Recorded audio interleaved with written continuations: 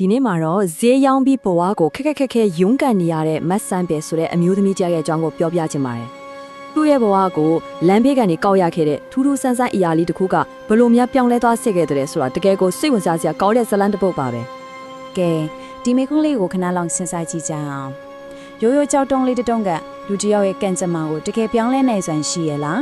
းဒီဇလန်လေးကနေတဆင့်ကံတရားယုံကြည်မှုနဲ့စီးပွားဥစ္စာတွေကြားကဆက်ဆက်မှုကိုအတူတူလေ့လာကြည့်ကြပါစို့ပထမဆုံးအပိုင်းအနေနဲ့ဇလန်းရဲ့အဓိကဇာတ်ကောင်မဆန်ပဲရဲ့နေ့စဉ်ဘဝအခက်ခဲတွေအကြောင်းကိုအရင်ဆုံးပြောပြချင်ပါတယ်ဆိုတော့မဆန်မဲတဲ့ဘဝကတကယ်ကိုရုန်းကန်နေရတာပါသူကမူဆူမတယောက်ချစ်ပြီးမိသားစုမှာတူတဲ့တော့အားကိုးရလေသူမအသက်ဆန်နေရွယ်သမီးလေးတယောက်ရှိတယ်ပြီးတော့အသက်ကြီးပြီးနေမကောင်းတဲ့မိကြီးကိုလည်းလှုပ်ကျွေးနေရတယ်ဒီတော့မိသားစုတစ်စုလုံးရဲ့စားဝတ်နေရေးကသူပန်းလေးရစ်ပြီးရောင်းရတဲ့အကျော်လေးလေးပေါ်မှာပဲလုံးလုံးမူတည်နေရပါအဲ့ဒီနေ့ကဆိုရင်မိုးကလည်းအုံဈေးကလည်းမကောင်းတဲ့မဆန်ပဲတယောက်လက်ထဲမှာကြံနေတဲ့အကျော်တွေမပျက်စီးခင်လေရောင်းထွက်သွားဖို့ကိုပဲအသေးအတန်ကြိုးစားနေရတဲ့နေ့တစ်နေ့ပေါ့အဲ့ဒီလိုရုန်းကန်နေရတဲ့ကြားထဲမှာပဲရောက်လာတဲ့ဖုတ်တဲ့တယောက်ကသူ့ကိုစိတ်တက်ကြစီရတွေပြောသွားတဲ့ဈေးကိုလည်းအတင်းစစ်တယ်အကျော်မကောင်းဘူးလို့လည်းပြောသေးရဲ့နောက်ဆုံးပဲ့ချန်ရှင်းတော့လဲစုပ်ပြက်နေတဲ့တရားတန်လေးတစ်ရွက်နဲ့တကယ်ကိုစိတ်ပြက်စီရကောင်းတဲ့အဖြစ်ဖြစ်ပါပဲကဲဒုတိယအပိုင်းမှာတော့ကန်ဆိုးမမောင်ကြခြင်းကနေကန်ကောင်းချင်းလေးစီကိုဦးတည်တွားစေမဲ့အလဲပြောင်းတစ်ခုပေါ်ပေါက်လာပါပြီအဲ့ဒါကတော့ရုတ်တရက်ရွာချလိုက်တဲ့မိုးတက်မုန်တိုင်းကြီးပါပဲအဲ့ဒီနေ့ကမိုးကတီးတီးမီမီကိုရွာချလိုက်တာဒီတော့မရောက်ရသေးတဲ့အကျော်ဒီအကုန်လုံးရေးဆိုးပြီးပြော့ကုန်ရောအဲ့ဒီနေ့အတွက်ဝင်ဝင်လည်းမရှိတော့ဘူးနောက်နေ့အတွက်အရင်မှပြုတ်သွားခဲ့ရတာပေါ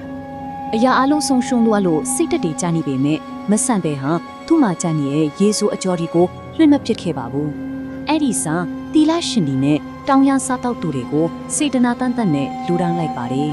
ဒီလိုစိတ်ထားလေးကပဲသူ့ဘဝကိုပြောင်းလဲစေမယ့်အစပြုတ်ဖြစ်လာခဲ့တာပ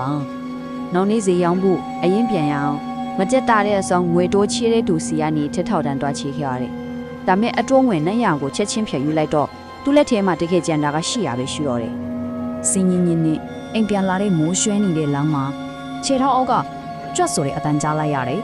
အဲ့မှာသူဖားတကောင်ကိုမြင်တတ်မိပြီဆိုပြီးတော်တော်လေးလန့်သွားခဲ့ပါတယ်ဒါပဲသူတေချာငုံကြည့်လိုက်တော့မှတကယ်ဖားမဟုတ်မှန်တီးလိုက်ရတယ်ဖားပေါလေးတကောင်နဲ့တထရာတဲ့တူတဲ့ထလျက်ရောင်ကြောက်တုံးလေးတစ်ခုဖြစ်နေရကိုအန်အော်ဒီကြီးတွေ့လိုက်ရတာပါကြောမှာအစင်းလေးတွေတော့ပါတယ်စိတ်ဝင်စားစရာကောင်းတာနဲ့အိတ်ထေကောက်ထဲလာခဲ့တယ်အိမ်ရောက်လို့သူ့အမေကိုပြတော့အမေဖုသူကမြင်မြင်ချင်းပဲဒါဟာကန်ခေါင်းကြီးနဲ့ယူဆောင်လာပေးတယ်လို့ရှေးလူကြီးတွေပြောကြတဲ့တန်တရာဒီထဲကကြောက်ဖားဖြစ်နိုင်တယ်လို့ပြောပါတယ်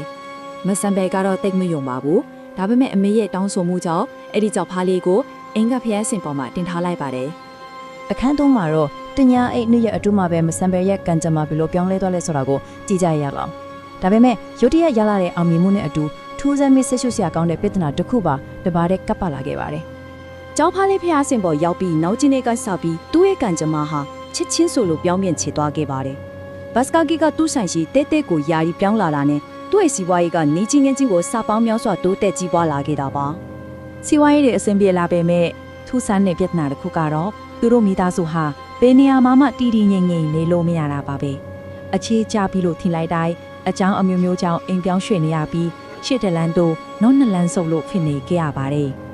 ်နောက်တစ်ပိုင်းမှာတော့ဒီငိမ်တဲ့ဘဝလေးတစ်ခုကိုအရန်လိုချင်နေတဲ့မဆန်ဘဲဟာသူ့ရဲ့ကန်ကောင်းစေတဲ့အဆောင်လေးရဲ့နောက်ွယ်ကရုပ်ဝက်ချက်ကိုဘယ်လိုသိရှိသွားကြတယ်လဲဆိုတာကိုဆက်ပြီးလေ့လာကြည့်ကြပါမယ်။သူဒီလိုဖြစ်နေတာလေးကိုသူဦးလေးတော်ဆက်တဲ့ဘုန်းကြီးတပါးစီတွားပြီးရှော့ထားပါတယ်။အဲ့ဒီအခါမှာဘုန်းကြီးကနင်တို့အိမ်မှာထူးထူးဆန်းဆန်းဖြစ်စည်းတဲ့များရှိနေသလားဆိုပြီးမေးလိုက်တယ်။အဲ့ဒီမိခွန်းကြောင့်ပဲမဆန်မဲ့တယောက်ကြောက်ဖားလေးကိုပြန်တတိယသွားစေခဲ့ပါတယ်။အဲ့ဒီမှာတင်ဘုန်းကြီးကကြောက်ဖားရဲ့လွတ်ဖက်ချက်ကိုရှင်းပြပါတော့တယ်။ဒီကြောက်ဖားမှာဂုံတတိနှမျိုးရှိတယ်တဲ့။ပထမတစ်ခုကတော့ဟုတ်တယ်တနာတတိပေါ့စီးပွားလပ်လာပါကိုအမတန်ကိုတိုးဝါစေတယ်ဒါမဲ့ဒုတိယတစ်ခုကတော့သူ့ရဲ့မူလတဘာဝပဲဖားဆိုတာတနည်းအားဖြင့်ငင်းငီမနေဘူးလေဒီကနေဟိုကိုခွန်ကူးနေတာအဲ့ဒီတော့ဒီကြောက်ဖားကိုအိမ်မှာထားရင်အိမ်ကတည်ငြိမ်မှုမရှိတော့ပဲအမေတန်းရွှေ့ပြောင်းနေရမှာပဲလို့ဘုန်းကြီးကမိန့်လိုက်တာပါပ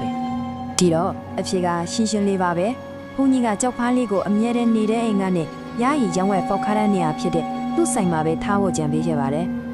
ဒီလိုဆိုရင်ကြောက်ဖားရဲ့တည်ငြိမ်မှုမရှိတဲ့တဘာဝနဲ့ကိုက်ညီသွားပြီးသူ့ရဲ့အိမ်တွင်းကြီးကိုတည်ငြိမ်အေးချမ်းစီမှာဖြစ်တယ်လို့ဆိုပါတယ်။နောက်ဆုံးအပိုင်းမှာတော့ ရိုးဝက်ချက်ကိုတည်သွားပြီးနောက်မှာမဆန်ဘက်တယောက်သူ့အိမ်မက်မက်ခဲ့တဲ့ဒီငိမ်ပြီးအောင်မြင်တဲ့ဘဝကိုဘလို့ပိုင်ဆိုင်နိုင်ခဲ့တယ်လဲဆိုတာကိုကြည့်လိုက်ကြရအောင် မဆန်ပဲလဲဘုန်းကြီးအကြံပေးတဲ့အတိုင်းကြောက်ဖားလေးကိုသူ့ဆိုင်ကစင်လေးတစ်ခုပေါ်ရွှေ့လိုက်ပါတယ်အဲ့လိုရွှေ့လိုက်ပြီးတဲ့နောက်မှာပဲအိမ်ပြောင်းရတဲ့တန်တရားကချက်ချင်းဆိုလို့ရဲတန်းသွားခဲ့ပါတော့တယ်တစ်ချိန်ကမူးရင်ဟဲမှာအကျော်ရောင်းရင်းအကျွေးလီနဲ့နှစ်ပန်းလုံးဟဲရတဲ့မဆန်ပဲဟာအခုတော့အောင်မြင်တဲ့စီးပွားရေးလုပ်ငန်းရှင်တစ်ယောက်ဖြစ်လာပြီးပျော်ရွှင်တဲ့မိသားစုဘဝကိုပိုင်ဆိုင်နိုင်ခဲ့ပါပြီသူ့ဘဝရဲ့ပြောင်းလဲမှုကတကယ်ကိုမယုံနိုင်စရာပါပဲအရင်ကနဲ့အခုဘလောက်တောင်ကွာသွားပြီလဲ အခုဆိုရင်သူ့လုပ်ငန်းကမဆက်မဲ့နဲ့သမီးထုံထုံဆိုတဲ့နာမည်နဲ့အောင်မြင်နေပြီးသူသမီးလေးကလည်းလုပ်ငန်းကိုဝင်ရောက်ကူညီနေပါပြီပြီးတော့သူတို့ရောင်းတဲ့မုန်းထူးတိုင်းပေါ်မှာဟာယုတ် logo လေးကိုအမက်တရားအနေနဲ့ထည့်သွင်းထားတာကိုလည်းတွေ့ရမှာပါ ဒီတော့မဆန်ပဲရက်မယုံနိုင်စရာဇလန်ခကန်တရားကြောင့်ပဲလားယုံကြည်မှုကြောင့်လားဒါမှမဟုတ်သူ့ရဲ့မလျှော့တော့ဇွဲလုံလာနဲ့ကျူးစားအထုံမှုကြောင့်လားဒီအရာတွေအားလုံးရဲ့ပေါင်းစပ်မှုကြောင့်ထင်နိုင်မလားဆိုတာကိုတော့လေးလာနားကြောင်သူတွေကိုယ်တိုင်ပဲစဉ်းစားဆင်ခြင်နိုင်ဖို့ဒီမေခွန်းလေးနဲ့ပဲညီကုန်းချုပ်လိုက်ပါတယ်ခင်ဗျာ